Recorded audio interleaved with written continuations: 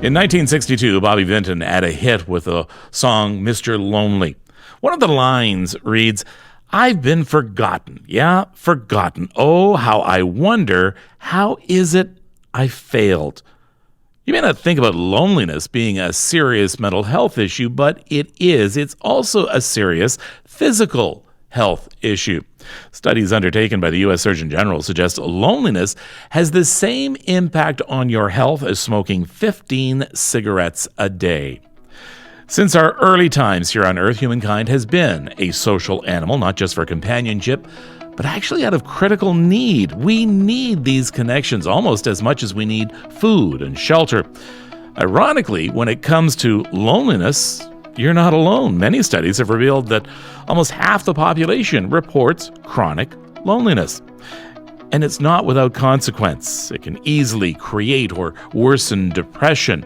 This further increases chance of heart disease, addiction.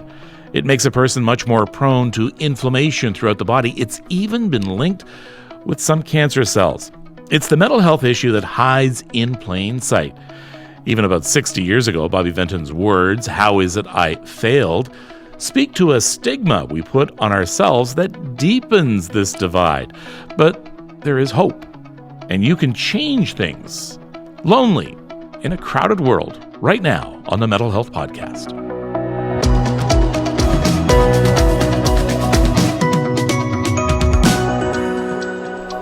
I'm Kevin Frankish, and Loretta Karikari joins me, a social worker at Ontario Shore Centre for Mental Health Sciences. Hi, Loretta. Hi, Kevin. Thanks for having me. It's really hard to think of as a mental health issue. Mm-hmm.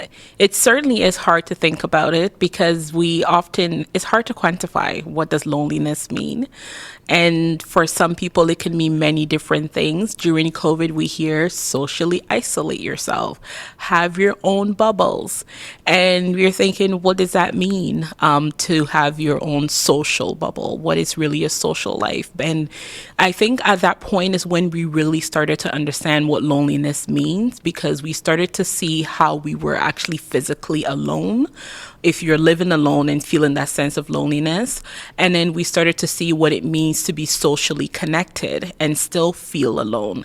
So I think at that point, we started to feel that deep sense of people who are actually experiencing loneliness, even though they had that social bubble or social connection with others.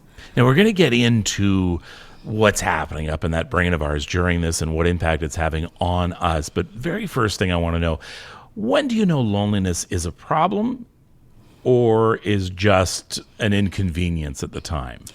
There are many cues or signals that we may get from either people around us. So we have individuals who would physically isolate themselves. So let's say they already have a mental health issue, and then they would decide that, I'm really going through this and I'm just going to keep away from people. So they already have that social group. They're just going to keep away from people. And when that happens, to me, that is a signal that your coping mechanisms are already failing you. Because if that's what you're choosing to resort to. And then there are those of us who either have a partner, have children, they live in let's say a big family, and they still feel that deep sense of loneliness. And because it can be really hard to explain to people, because maybe there are people who are really social. They know a lot of friends. And if you say, gee, I'm really feeling lonely, someone might say, really? You know so many people.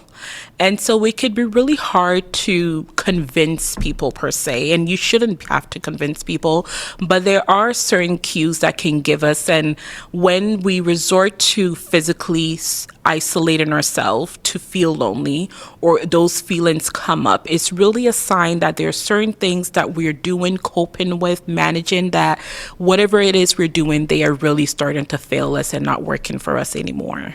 So we're sitting with our loneliness. Mm-hmm. What physically is happening inside of us? There are many different changes that are happening with us. Let's take it from the top up, from our brain, for example. We know the gift of neuroplasticity. And neuroplasticity is really just a big word for saying that the brain is able to rewire itself.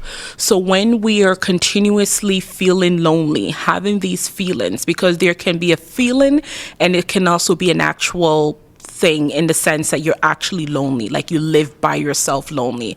And it could be a feeling in a construct of you have those people around you, you have that interaction, you're married, you have a partner, and you still feel that deep sense of loneliness. You're at a table with dinner laughing with people that you think, gee, I should really be having fun, but you're having that deep sense of loneliness. And it could really alter the brain in how it looks at relationships, how it builds relationship, and how it would initiate that cue for you to really interact, to trust people. And that could really have an impact on you. It could be a risk factor for many mental health disorders. And if you already have a mental health issue, let's say depression or anxiety, it could really then bring you to a state where you could be really vulnerable and really not doing well. Can it cause depression? Oh, certainly. It's definitely a risk factor for depression, and not just depression, but even cognitive issues. So being a social worker that worked with the geriatric population, we noticed that during COVID, a lot more people cognitively really declined. So it could be a risk factor for depression, but then also other physical health issues, cancer. High blood pressure, diabetes. And sometimes when you are lonely, let's say physically living by yourself, you may be engaging in a lot more risky behavior. Let's say you're not eating well, you're using other coping mechanisms, so you're turning into other risky behaviors that you probably try to stay away from or you normally wouldn't. So then that will then place you to be vulnerable for further decompensated more than you would be aware of or you want to be. Is there such a thing as a person who wants to be alone and that's okay? Certainly is. I like to call myself a homebody. I like to be in my house, and I normally don't really like to go out much unless I'm invited. But there are people that would really choose to seclude themselves. But is that okay? To a certain extent, you will hear people say I'm an extrovert, I'm an introvert, and using those words interchangeably. And these are not necessarily, they could be characteristics, but they're not necessarily something that is a temperament or really define us. They're choices that we make. Same way you can go into a certain setting and someone would decide, I want to meet everyone and I'm just going to go out and say hi to people. And then there's someone that says, I'm really going to hide in this corner and just hope nobody notices me. And to a certain extent, yes, maybe you need that. Maybe it's your coping mechanism. Let's say, for example, you get into a really bad argument with your partner and you say, you know, when I get mad, I could be quite lethal. I say things that I really regret. So I am going to then keep to myself until I feel like I have calmed down and then I could really engage. That is different from someone who would say that, okay, I'm going to go to work and then after work, I'm just going to go home. I'm going to close my door and I don't want to talk to anyone or see anyone. Recognizing when you are doing that to decompress, to really, for example, I work in a mental health hospital. There's many experiences you will come across. And whenever I get home, and my kids know I do this now, I would park in front of my driveway and I would stay there for about 10, 15 minutes, 30 minutes, because I just feel like I need that time alone to just kind of decompress, to just kind of release some of the heaviness that sometimes we go through when we're helping with people, which is different from me walking in, seeing my kids, just looking past them, going straight upstairs and just closing my room and not interacting with them. So I'm making a conscious decision to be alone. And in those moments, I may never see it. And sometimes with loneliness, it's not us who are choosing to have that experience. that is lonely.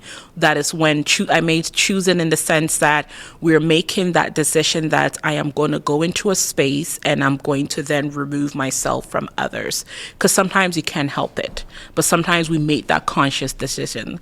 And it's those around us who would often see it. That, okay, I think you are, that's when, let's say you're a teenager, your mom will knock on the door. Why don't you want to talk to us? Why do you keep leaving us? Everybody's here. Why are you alone? And you're thinking, I'm just fine. Everybody leave me alone. And in those times, I think the person is at a point where they're really suffering and they're really going through it. And the only way they can really cope with that by just shunning themselves from the world. And they have reached a point where they need help the most.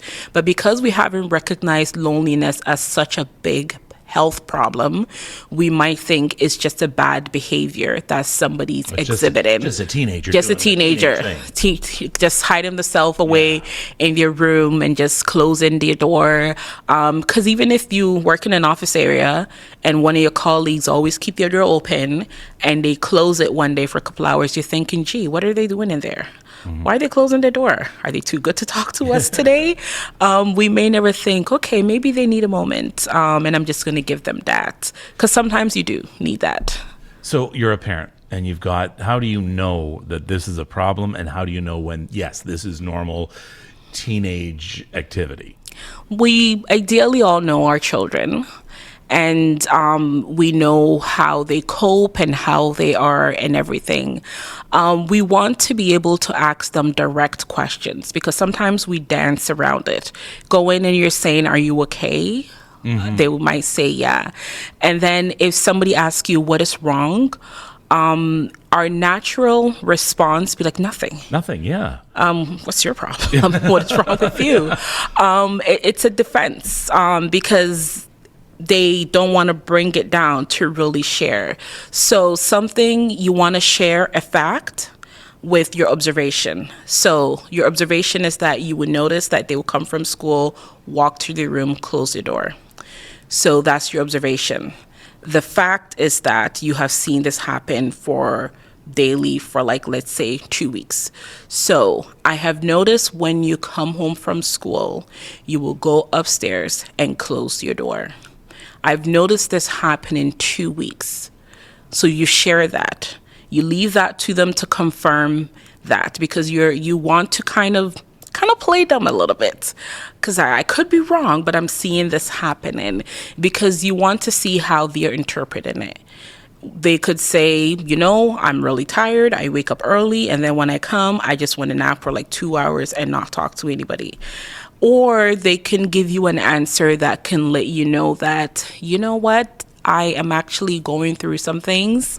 And then that's when we want to attend to people. You want to meet them. You don't want to fight them, right? You want to meet people where they are because sometimes I demand you tell me I'm your mother. I deserve to know what is happening in your life. And we deserve it. We want it, but we don't always get it. But you want to meet them. So sharing your observation, give an example of how you've seen that happen. So you talk about your observation of seeing them going to their room. You've given them an example of how long you have been seeing that happening. Because if this is happening one time, is it enough to say this is a problem?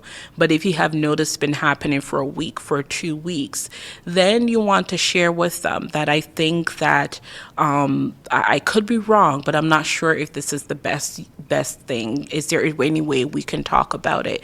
Because the goal is to not tell people they have a problem because they might not believe you. Or become defensive. Yes. Yeah. You want them to help. You want them to see if there's a problem, that I'm seeing this. Am I the only one that see it? Because sometimes maybe we're seeing things and not there, but we want to verify. And it's a technique even we use in counseling where you want to paraphrase. You want to state back, I'm hearing you say this. Is that what I'm hearing? They could be like, no, that's not what I'm saying at all. Or yes, you're hearing right. This is what I'm saying. And sometimes when they say it back to themselves, it's a confirmation for them. It's like, gee, this is what's happening. This is how I'm feeling. This is how I'm behaving. Now we're always assuming it's the teen, it's the child, but mom and dad can be lonely as well. Certainly. Within the relationship, within the family, within a busy family. being busy does not necessarily cure loneliness. No, not at all. I read somewhere, actually, sometime this week, which said there are a lot of married single mothers out there. And it was actually a video, a meme on social media, where there's a family at dinner in a restaurant, and there is two young kids and about an older one, let's say about 10. The older one is feeding themselves, and then the younger kids are just all over mom. Mom is trying to feed them. Mom is trying to feed herself, and then dad is over at the other side just eating and enjoying his meal, and just really looks like he's having fun. Yeah. And the mother just looks like she's just drowning with them. And so imagine how lonely she can feel as a mother, or how lonely she may feel in her marriage, even though she's married. And that could, assuming based on just that picture and that quote, that feeling could be resulting from maybe the lack of partnership, or maybe the lack of help that she's not getting. In a situation like that, can we assume and conclude that if the help or partnership is there, that may result in her not feeling so lonely? Now let's talk about something that we blame for a lot of things, and that's social media. Yeah. And loneliness is one of the things that could be the result of social media. Tell me about that. Well, loneliness is, in the social media context, it goes back to earlier when I talked about during COVID time, where we said socially connect to people, but physically isolate from them. And what do we say? Physical distancing or social distancing, have your bubble. In social media, it's really a numbers game. Who have the most likes, the most following. And we live in a generation where right now content creation is a job. So people are really basing their livelihood on really their numbers, growth, and all those things. So imagine, let's use a content creator, for example, who has a really large following. And let's say they're traveling with brands to do things. You would assume that would really equate to how really social they are. But I really watch a lot of videos of social media content creators who would say, I have social anxiety. And I would really take my time to look at it and to see, because sometimes things are thrown around as a click, but I would really watch it to see. I'm like, wow, really, you would have never thought, because they're in front of the camera, they're talking, they're doing things. But in social media, there is a very picturesque view that people post, right? Oh, how wonderful your hair always is. Right. First thing you wake up in the morning. Over the summer, we went to Europe, and I posted all these pictures with the kids, and what was not posted was how I had to beg them 5 times to take this picture, or the picture that didn't make it when they were not smiling, and we had to take it 3-4 times so I can get the picture that I want to finally post it. But maybe somebody might see them like, wow, look at her kids just smiling and taking pictures, and my kids are probably not doing that. And you can just live in the social media bubble, and you could really lose sense of reality, and that could be very isolating. And once that starts to feel isolating, it gives you the feelings of loneliness if you feel like somebody has something that you don't have.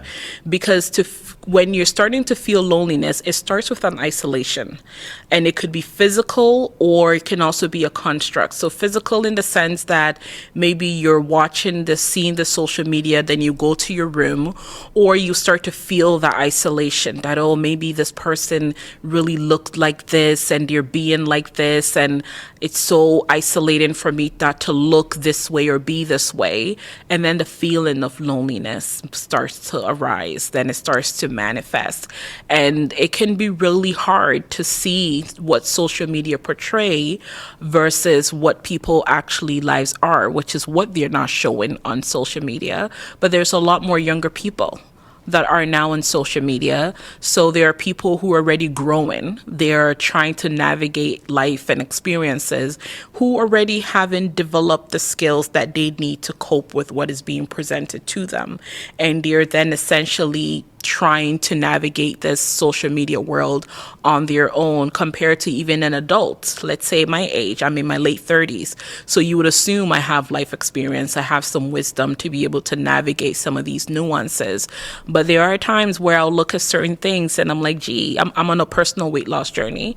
Not personal, but I'm on a weight loss journey. But I will see some people post their before and after, and people that I would have started my journey. I'm like, wow, you're doing so well, and I'm at the same stage and I haven't lost half of that, and I'll be really down on myself. And if I did not have some of these coping mechanisms that I have developed, I would really start to feel really isolated, and then I'll really start to feel lonely. Then that could put me in a depressive mood, and then next thing you know, I'm going on a spiral. So imagine, let's say, someone who's younger, who hasn't navigated these terrains before, who haven't had the life experience to know that, maybe weight loss takes time and everybody's body is different, and maybe you need to put in more work, and even that sounds bad, put in more work, because maybe you're doing your very best. But learning to talk to yourself and have those conversations, because it takes self-awareness to be somewhere where you realize that, okay, this is impacting me a way that I really don't like. What can I do about that? Can you share one of your coping mechanisms with me? Sure, certainly. So it's a CBT, which is short for cognitive behavior therapy, and it's something where you challenge your thoughts, right? So you challenge your thoughts. So let's say a thought that you will have is, maybe I'm not good enough. So, and we know that thoughts are not facts. So if thoughts are not facts, what are they? They're ideas that comes in our head for various different things. I'm not good enough. So you can change that to even using a simple affirmation. I'm not good at everything, but I'm good at something. Because we can be good at everything. So that could just be a simple one. Or another one is challenging it. How do I know I'm not good enough? There are A, B, C, D things that I have done that I am good at. Maybe sometimes we're not able to list things that we have done well. Then that is an opportunity to give ourselves a goal that, you know what, I've been really wanting to do this and I've been putting it off. I'm going to try to meet that goal, because then at least you're giving yourself that something that you think you're good at. Something as simple as creating boundaries. When I see a particular content on social media that I find triggering, on social media, you can click not interested and it would show less of those things. So even put in something like that if I see somebody who has really lost weight, I find it triggering. So I'm going to say to myself that I'm going to click not interested. So I'm not seeing those frequently, and then it would not trigger me. So that's a boundary that I would set for myself. You're talking about taking control. Taking control. Because boundaries, in my opinion, is how we choose to show up for ourselves. Because we are the only ones that can show up for ourselves. And when you take control, you are then changing the narrative for yourself. So instead of saying that they think I'm not good enough or nobody likes me, well, some people like me. I have people in my life that like me. There are things that I am good at. So using those I messages and taking it for yourselves, and sometimes just really giving yourself that extra help that you need, because maybe there are things that you have been doing for yourselves, telling yourself that it's not working. So maybe it might require you to take that extra help of, maybe I need that additional support from what I have been giving myself to really help me with some of the things that I'm going through. I can tell you from personal experience, a few years ago, I made the conscious choice to stop being mean to myself. You know, if you dropped your cup right now, I would say, "Oh, don't worry about that. We'll clean that up. We'll clean that. Don't worry." But inside, you might be saying to yourself, "Oh, stupid, Lord, why did you do that?" you wouldn't say that to me, and I wouldn't say it out loud to you. So why are you saying it to yourself? So I made a conscious decision to actually talk nicer to myself and to be thankful for things. And it doesn't happen right away. No. And so unfortunately, you do it and you say, "Oh, that didn't work." It's what's in your brain. I mean, you're rewiring your brain. Something is happening, and gratitude is actually one of the best ways to really help your brain. Because when you are being, and I love that when you say being nice to yourself, because we say a lot of mean things to ourselves. And I heard that from my oldest the other day.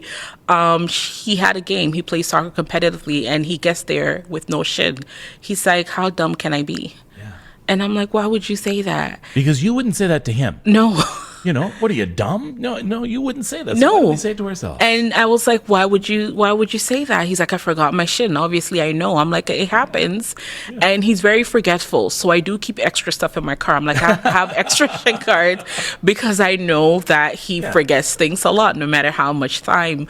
But we wouldn't even do it to others. Like, let's say if somebody comes to work and you're like, "Oh my goodness, I can't believe I forgot this." You're like, "Oh, it's okay. Set a reminder tomorrow. Maybe tomorrow you remember." And you will be trying to comfort them, but then when it's, because you're not going to tell them, "Oh, how dumb can you be to forget that?" We've been talking about that we talked about this morning. How could you forget? But when it comes to us, it's like, "Oh, dumb, I'm just so this, I'm just so that." But gratitude, just being grateful, but in order to be grateful, you have to learn to be present in the moment. Because if you live for the future, that there's something about beware of destination addiction, that you will be something when you're somewhere. So imagine if I'm always telling myself that I will be happier when I lose weight, then I will never be happy now. Or if we tell ourselves that, "Oh, if I get this, I'll be happier. If I get married, I'll be happier. If I have kids, I'll be happier. If I get into this relationship, I'll be happier." So then what happens now? What happens in the meantime? Yeah. Or what happens when you get there and you're not happy? What do you call it? Destination? Addiction. Destination addiction. Because we then be addicted to being somewhere else or not. In order for us to be. Where we can simply be in the now. And it's a saying that we use a lot in the counseling social work field of being in the here and now. Because that's where we can only be now. The here and now. We don't know what can happen tomorrow. We don't know what tomorrow may bring. But if there will be a tomorrow, you don't know. So if you become so focused on being when you get to somewhere else, then you will never be happy in the now. And why should you deprive yourself of just being in the now? You will come back. I'd love to have you back. Thank you. It's fascinating. Thank you. Loretta Karikari is a social worker at Ontario Shores Centre for Mental Health Sciences. And still to come, it's our coping segment. But when we come back next, a loneliness life coach joins me with his 6-step plan that could change your life.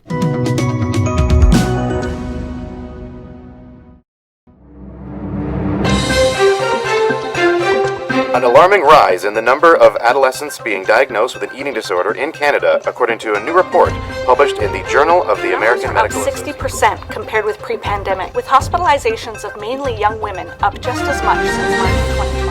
It may surprise you to learn that eating disorders account for the highest death rate of any mental illness, with suicide as a major outcome, and its victims are mainly teens and young adults. Don't struggle alone. See your doctor and ask them about the Eating Disorders program at Ontario Shores. We have a highly trained and empathic team ready to help you get your life back. We welcome family members to be part of your treatment and even have access to teachers so you can continue your education while recovering. For more information, go to ontarioshores.ca. Well, welcome back to the Mental Health Podcast. The topic in this episode, the mental and physical health impacts of loneliness. Michael DiIorio is a life coach who specializes in helping people overcome and change things in their lives, and he joins me right now. Hi, Michael. Thanks for joining me. Thanks, Kevin. Nice to be here. Well, let's get people comfortable first with who you are and what you do and how a life coach can actually help people overcome loneliness. Yeah. So I'm a life coach. I deal mainly with relationship, self-confidence, and sexuality. I myself am gay, part of the LGBT community.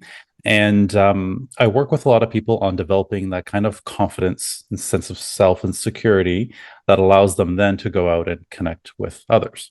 And loneliness is a big problem, as I'm sure you've talked about in this podcast, and especially with members of minority populations such as the LGBTQ community.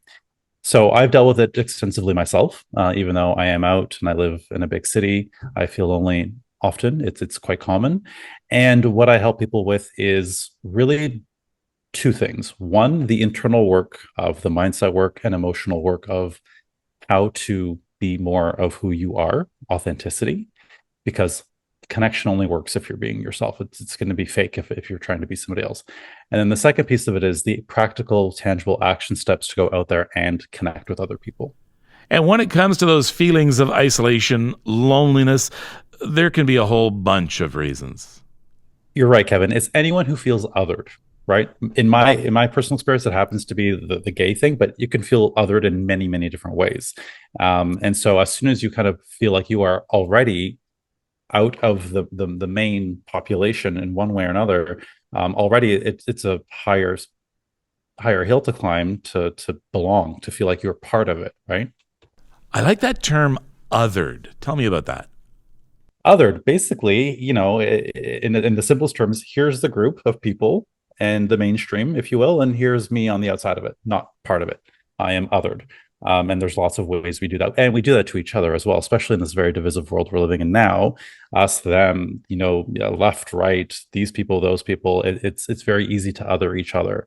And it makes us feel more isolated. So what do you do? What hope can we give people that loneliness can actually be overcome? Yeah. So what I like to tell myself is that loneliness is natural. We are a social species. We are here to connect with each other. That is part of our DNA, hardwired to connect. And so when we feel lonely, it's just our body and our brain's way of saying, hey, you're lacking some social, or you're lacking some connection right now, some genuine connection right now. Just as when you're hungry, your body tells you, oh, I need food. And when you're thirsty, your body's telling you it needs hydration. When you're feeling lonely, it's just a signal saying, okay, hey, go do something about this. And the good news is, the hope is, you can do something about this. This is not a forever thing. Now, there's a lot of things that we can do on our own or with you, a coach, when it comes to overcoming some mental health issues like loneliness. But there are other times we need professional help. How do we know when we're at that line? Yeah, so that tends to happen when, they are showing signs where they might be more unwilling to take action, or there's something inhibiting them from taking action, something more severe going on. And in that case, that would be outside of a coach's realm. And that would be something where they would want to see a mental health professional to get a diagnosis and perhaps some treatment on that realm. What I would do as a coach is help them more with kind of the mindset around the action piece and the solutions. Now, as a coach, you've come up with a 6-step plan to help defeat loneliness. Yeah, so I developed this because I've helped a lot of people in developing connections, and regardless of whether you're gay or straight, male, female, where you live in the world, these are kind of universal steps that you can apply. And I can go through them with you if you want. Yes, yeah, please. All right.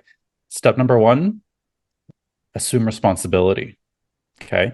So what I mean by this is, no matter what's been done to you in the past, no matter how you face rejection, the loneliness that you're experiencing is yours, and it's your responsibility to do something with it, right?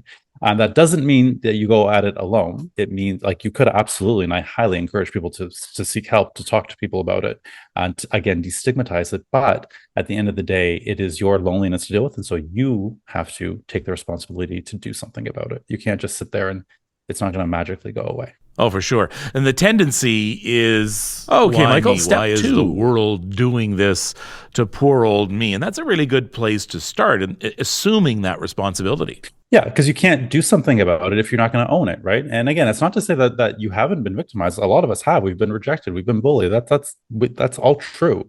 We have been victimized by this world. We have been othered in many ways. But that's still your responsibility to and then say, okay, well, what are you going to do with it? What are you going to do with it? What are you going to do about it now? Okay, Michael, step 2.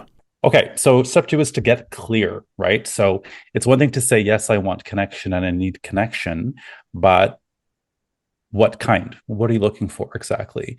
And there's a lot of power. And I tell my clients to literally write this down or put this in their notes on their computer, but literally take it from up here and start putting it somewhere where it's real and tangible. So I have some questions that I like to ask. What exactly are you looking for? Are you looking for one friend that you just really want to lean on? Are you looking for a group of maybe 3 or 4 people? Are you wanting to be part of a larger community, like perhaps an organization or something? Is it all of the above, right? So get clear on what we're talking about when you're saying, I'm longing for connection or I want connection. Is it around activities? Do you want to connect over doing something? Or do you want to connect over sitting over a cup of coffee or tea and talking? There's lots of different ways we can get this connection. So I ask them to just visualize it. I say, okay, when you imagine yourself connecting with people, what are you doing? How many people are there? Where are you? What are you talking about? Yeah, interesting. We don't want to be lonely. So what are you going to do about it? You can't move until you have a direction to move in. Exactly. It's like a GPS on a road trip. You got to put in the location you're going to first before you start finding out the direction to go there. And with coaching, it is a lot about that action and that movement forward. So I need to know if I'm going to help you. I need to know where we're going. What do you want? And of course, be honest with yourself, right?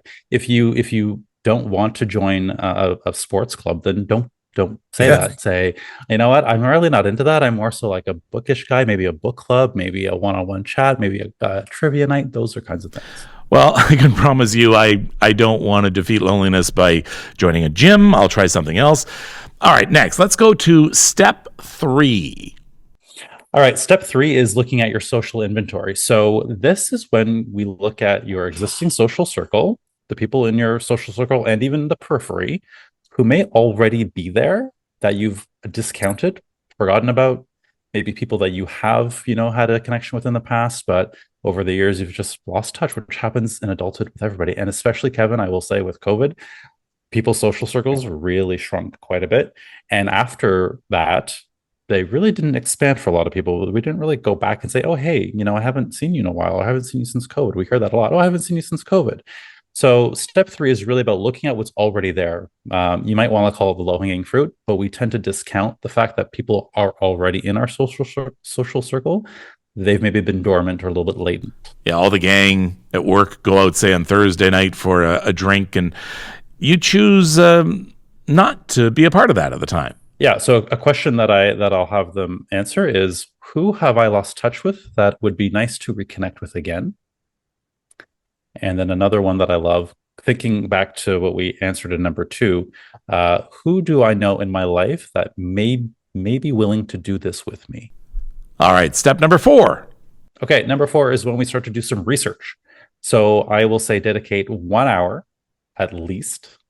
Doesn't sound like a lot of time, and it's really not, to just going onto the Googles. And this is where the internet and social media can actually help us out, because sometimes it's a deterrent for connection, or it's pseudo connection, but it can be very, very helpful. So this is where we get to the brainstorming and research. So looking at what kinds of groups there are that are already in existence. So thinking again about the things you want to do. What are the local clubs in your neighborhood or in your city? Are there any sports leagues if you're into sports? Are there any classes or lessons that you want to take? Is there, if you're into community theater, what's going on there? Using things like Facebook events, Facebook groups, sites such as meetup.com can be very helpful. You just put in either the location or your interest, and it'll shoot out different groups and events for you. So take to Google, take to the internet, and start researching. Honestly, Kevin, if you did this for probably like 10 minutes, light bulbs and ideas would start going off like, oh, I didn't know that existed. Oh, that's such a great idea. And we just have to give ourselves space and time to ask the question, okay, where can I meet this need? And step number 5. Engage. Number 5 is engage. And this one's a scary one for a lot of people, because this is where the rubber hits the road. So yes, do all the research, find some clubs, find some whatever it is that suits you, and then go attend. Get up off the couch, get your shoes on, and go. Now, if you're in an online community, that's fine. There's nothing wrong with participating in online communities, but just make sure that you are engaging and having discussions. And then if there's someone who's local, then take that online connection offline and say, hey, why don't we meet up sometime? Now, for in-person connections, I have sub steps here with engaging, right? I will usually tell someone to commit to one event per week, if that suits their schedule, but depends on their schedule and whatnot. If it's not one per week, it's one every 2 or once a month. But either way, when you are attending an event, it's not enough to just go and stand there with your eyes on your phone the entire time, right? That's not helpful. So it's about initiating.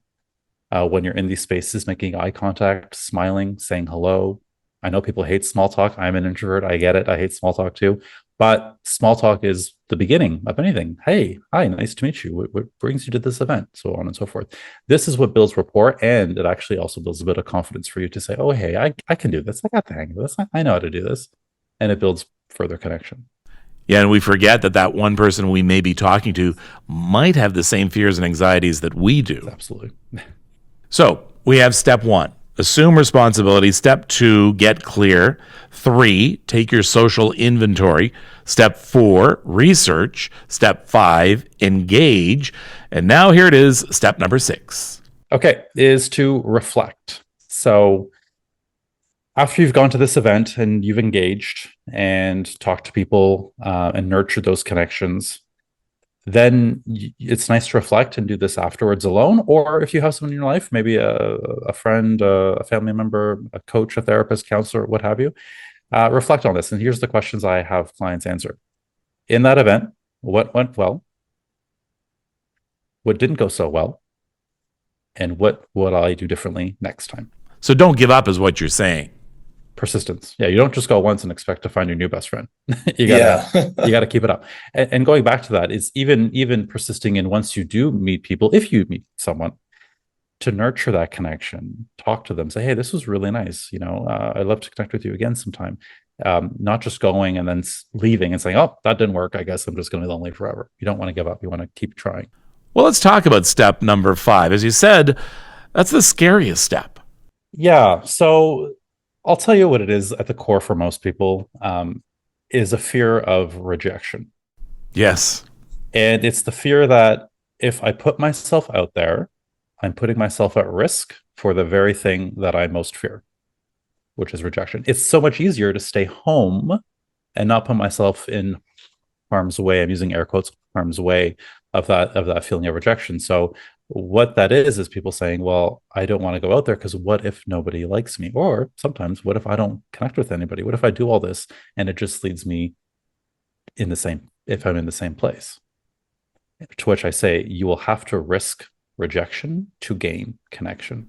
Oh, I'm writing that one down. You have to risk rejection to gain connection. Yeah. You could use the same mentality if you're dating. You don't just go on one date, and if it doesn't work out, say, well, that's it. I'm going to be single forever. You go again, you try again, you meet somebody else, you do something different, right? And it's the same mentality. I know it's scary, and I'm never going to downplay that. And I'm never going to say that it's not going to happen, because absolutely it does happen. People go to events or join a club, and it just doesn't, it's not a fit. That doesn't mean you quit. It means you try again. That's why I love that 6th step, which is, what didn't go so well, and what am I going to do differently next time? It always implies there's a next time. This is like you're running a business. Yeah, absolutely. Yeah. If you had a leak in your sink and the plumber couldn't fix it, would you say, oh, I guess that's it, I'm just going to deal with the leaky sink for my whole life? No. Well, it's like anything. You got to put in the work. Yeah, exactly. And what I love about this is that, it kind of takes all of the, I call it mind drama or mind noise out of it. And we're just looking at the core. Okay, what's the core issue here? And for every issue, there's a solution. There's multiple solutions, really. So if we look at it from that perspective, I'm just solving a problem, taking out all of the emotion out of it. Then it's just a matter of, okay, let's just focus on the problem at hand. How long have you been doing this? With life coaching, it's been 3 years, but before this, I was in the corporate world, and I was a leader, supervisor, manager, and I did coaching in the corporate sense. Yeah. And the reason I ask you for how long you've been doing this is, are things getting worse? It's hard to say. I mean, it would be subjective. Objectively, I can't answer that. I'm sure there are studies that do look at that, but I think COVID has absolutely made it worse in a sense because options to connect were taken away. And then I think a lot of people just got used to that. They just settled into that. And then reconnecting for a lot of people seems scary. And it's like, well, I just got used to this over here. And another thing that I think has not helped is social media. And while I'm not knocking it because it absolutely can be a great tool for connection, I don't think we're using it that way a lot of the time. I think we're using it as a means of disconnection. For example, I see Kevin Frankish on Instagram and look, he's living this great life. He's got all these people and all this wonderful thing going on. And oh, here I am sitting alone by myself, scrolling on my Instagram all by myself. And it's easy to tell the story, oh, everyone else is having a great life and I'm not. Well, thank you so much for this, Michael. Michael DiIorio is a life coach specializing in getting over loneliness. You can check him out at wellissimo.com. That's WELLISIMO.com. Okay, thank you so much, Kevin. Coming up next, it's our coping segment. I wish I would have known. I would have done something. But he seemed fine. Do you know what you should do? Do you even step in? Mental Health First Aid teaches everyday people how to recognize and respond to someone experiencing an issue with their mental health. Mental Health First Aid is life-changing, from recognizing early warning signs and learning how to truly listen to supporting someone in seeking the help they need. Ontario Shores Centre for Mental Health Sciences offers mental health first aid courses for individuals or groups. Whether it's for home or the workplace, we give you the first aid kit you need to be there for someone. Find out more or register for an upcoming course at ontarioshores.ca/mental health first aid. Don't be left saying, I wish I could have done something. Hey, I'm here for you. Do you want to talk? Welcome back, and this is the coping segment on the Mental Health Podcast. Some quick practical tips that you can use to reduce your anxieties and your stress. When it comes to loneliness, we already heard about Michael's 6-step plan. But there's also a very simple thing you can do that would have a huge impact. Think about the strangers you see every day at the bus stop, in the hallways, in an elevator, just walking past you on the street. You see them every day. You don't engage with them, but you're very familiar with each other. They're most likely familiar with you as well. So here's what you do. Next time a stranger comes by you, especially one that you see all the time, just say, hi, how you doing? Yeah. Now, it may shock them, or they may just, I'm all right, and move on. But I think the chances are they'll be pleasant back to you. Maybe they're lonely as well. Who knows? But what you're starting to do is rewire your brain towards being more outgoing, reaching out. Who knows? You might even be helping that other person as well. So it's simple, quick, and you can practice it several times a day. You can start today, tomorrow. Just find that person, just say, hi, hey, nice weather. It may seem like small talk, but it's a step in the right direction. You might be surprised, as I said, by the results. Next time on the Mental Health Podcast, let's talk about medication. I know I resisted medication in the beginning for my depression. I didn't want to do anything with drugs controlling my mood, but I'm glad I gave in. What works for you? What doesn't?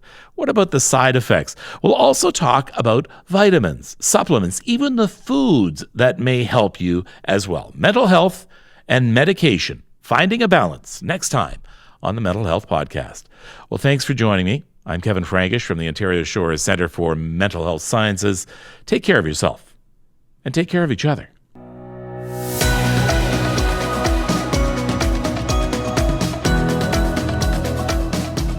Thanks for listening. Don't forget to subscribe to the Mental Health Podcast. If you have any thoughts about this episode or suggestions for future episodes, please send me an email at thementalhealthpodcast@ontarioshores.ca. Please don't be alone. Reach out for professional help. For more resources and advice, check out our website, ontarioshores.ca. The Mental Health Podcast is a production of Ontario Shores Centre for Mental Health Sciences. I'm Kevin Frankish. Take care of yourself and take care of each other.